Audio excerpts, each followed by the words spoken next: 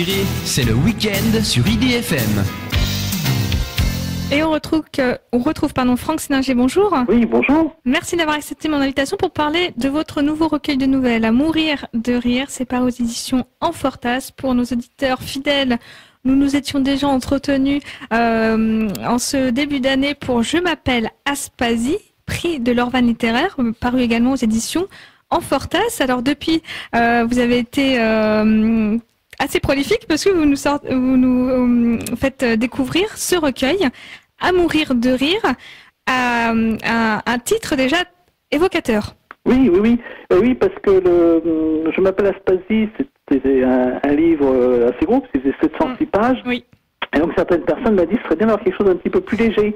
Alors j'ai fait un livre, un recueil de nouvelles que j'avais, dont certaines avaient été primées, et donc l'éditeur m'a proposé de les publier, donc j'ai sauté sur l'occasion.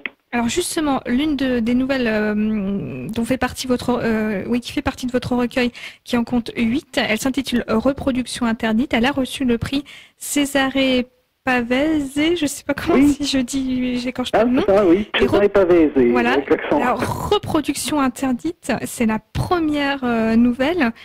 Ça, à mourir de rire. Comment on va dire? Oui. C'est assez glaçant. Oui. Alors l'histoire, tout d'abord, on va suivre Olivier. Olivier, c'est un chercheur qui travaille sur le clonage. Oui. Alors, c'est un clonage un peu particulier. C'est un clonage assez particulier parce qu'au lieu de doubler comme on fait avec l'ADN, lui il se clone lui-même sans dévoiler l'histoire. Il se clone lui-même ou il clone des différents organismes avec un peu comme une imprimante couleur qui a quatre couleurs. Là, c'est le carbone, l'hydrogène, l'oxygène et l'azote qui sont les quatre composants de la matière vivante au lieu d'être le cyan, magenta, noir et puis une quatrième que j'ai oubliée. Mais donc il arrive à faire une imprimante si vous voulez, comme les imprimantes 3D, à la base de ces composés organiques. Une bio-imprimante, si on reprend le terme de votre nouvelle.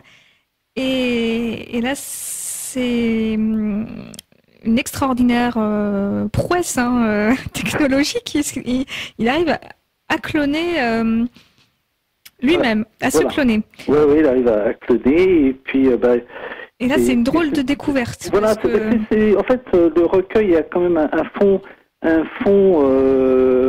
de moralité. Oui, non, c'est pas tellement moralité, c'est-à-dire que c'est un trait commun. Voilà, c'est le mot que je cherchais, un trait commun entre toutes les nouvelles, c'est un peu les aspects de l'homme, à la fois bons et mauvais, qui ressortent et qu'on a tous en nous, et qui sont mis en exergue à travers une nouvelle.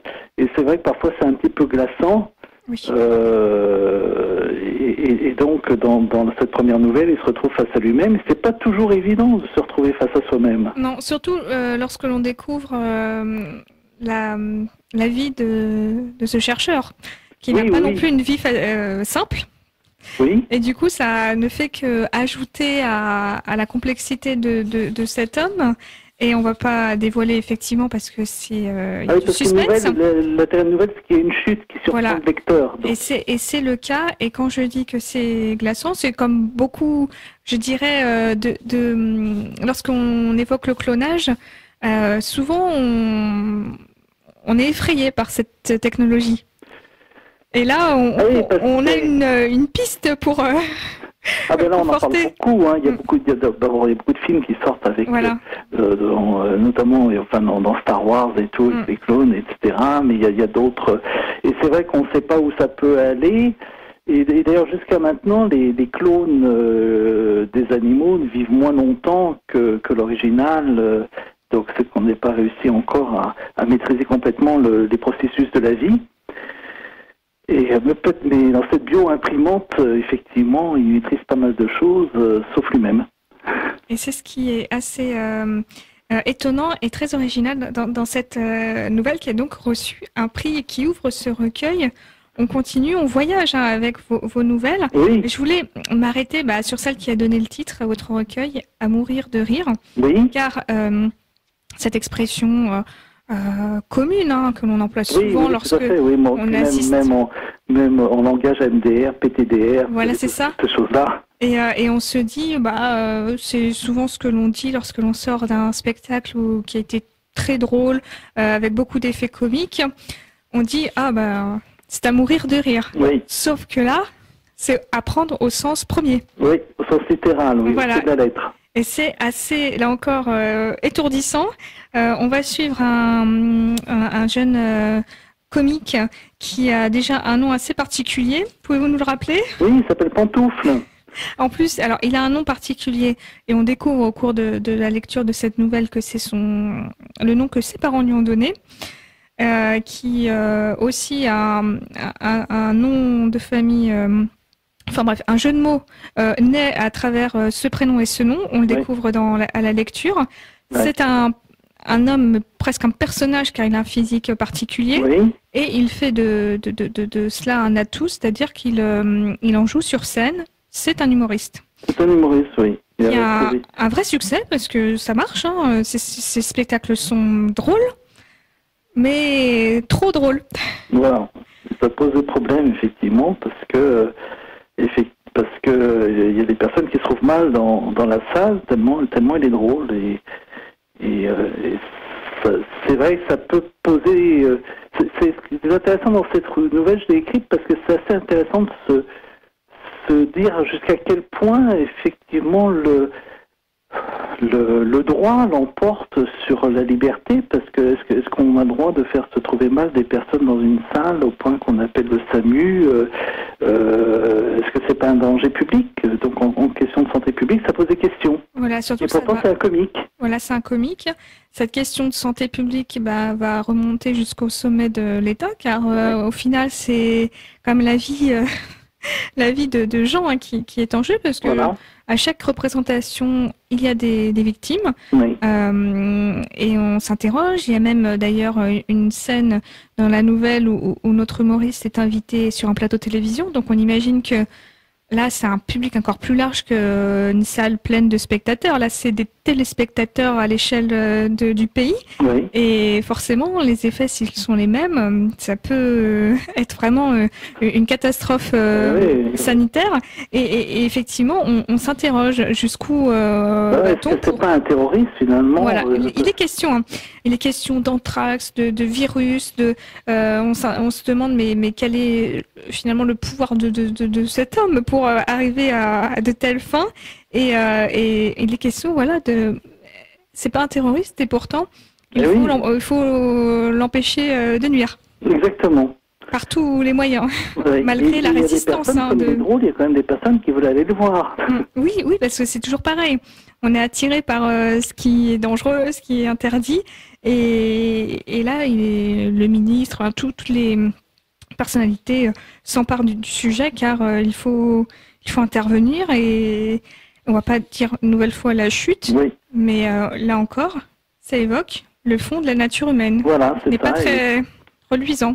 Ouais, et par rapport à soi, et puis par rapport à la société cette fois-ci, par rapport à la première nouvelle où c'était plutôt par rapport à soi, là c'est la société, jusqu'à quel point la société a des droits sur l'individu, alors qu'en fait... j'allais dire, il fait pas de mal, mais il fait du mal sans le vouloir. C'est ça, exactement. Parce qu'en plus, il a un des plus beaux métiers du monde, faire rire, divertir les gens, et malheureusement, il y arrive trop bien, et ça en fait donc mourir de rire. Alors parlons d'une autre nouvelle, L'homme qui ne se trompait jamais. Oui. Là encore, ça parle d'un homme qui a un don ou le talent de ne jamais se tromper. Oui. Qui a une vie des plus classiques, la petite trentaine, en couple, avec un super poste dans une très bonne société. Et il ne se trompe jamais, sauf que malheureusement, il n'y a pas que lui qui... C'est pas toujours bien de ne pas se tromper. Voilà. Comme quoi, l'erreur... Et ça aussi, bon, je ne sais pas que c'est un ouvrage philosophique, mais ça fait réfléchir. Voilà, c'est ça. Ça fait réfléchir après parce que est-ce qu'il ne faut pas une petite dose quand même d'échecs, de ratés dans sa vie pour avoir finalement une vie heureuse, et si on ne se trompe jamais, comment c'est perçu par les autres, est-ce qu'on arrive vraiment à être heureux en ne se trompant jamais? Enfin, il y a des questions qui sont posées à travers cette histoire-là. Oui, et surtout que là encore, il y a une chute à laquelle on ne s'attend pas et qui fait penser à son propre comportement sur comment évaluer les autres, comment croire son prochain et ne pas toujours se fier toujours à ce que l'on voit. Oui, c'est ça. C'est tout à fait ça. Oui. Et puis chacun reste enfermé dans ses certitudes aussi. Donc, est-ce que quand on se trompe et qu'on est dans la certitude, dans sa propre certitude, est-ce qu'on se trompe ou on se trompe pas? Enfin, puisqu'on est sûr d'avoir raison. Donc, c'est des questions un peu philosophiques, mais qui sont tournées de manière amusante à travers l'histoire. Alors, on va inviter les auditeurs à se procurer À mourir de rire, ce recueil de nouvelles, car il y en a d'autres. Elles sont il y en a 8, oui. Et qui évoquent comme ça des sujets les plus variés, et ce qui fait donc encore matière à réflexion. C'est paru aux éditions Enfortas. Vous pouvez aller d'ailleurs sur le site www.édition-enfortas.com. Après cette écriture de recueil, vous allez vous replonger dans l'écriture d'un récit. Alors oui, là je suis en train j'ai fini un livre, je suis en train de faire des corrections. C'est un livre qui se passe assez original, qui se passe à la fois aujourd'hui et au XIIIe siècle dans les pays cathares. Donc je pense que dans le premier trimestre 2017, il devrait sortir en librairie, toujours chez Enfortas. Et j'aurai beaucoup de plaisir à vous en reparler si vous m'invitez à nouveau. Ce sera avec plaisir. Vous, est-ce que vous êtes en pleine promo de ce recueil de nouvelles? Est-ce que vous êtes présent en Ile-de-France pour rencontrer vos lecteurs?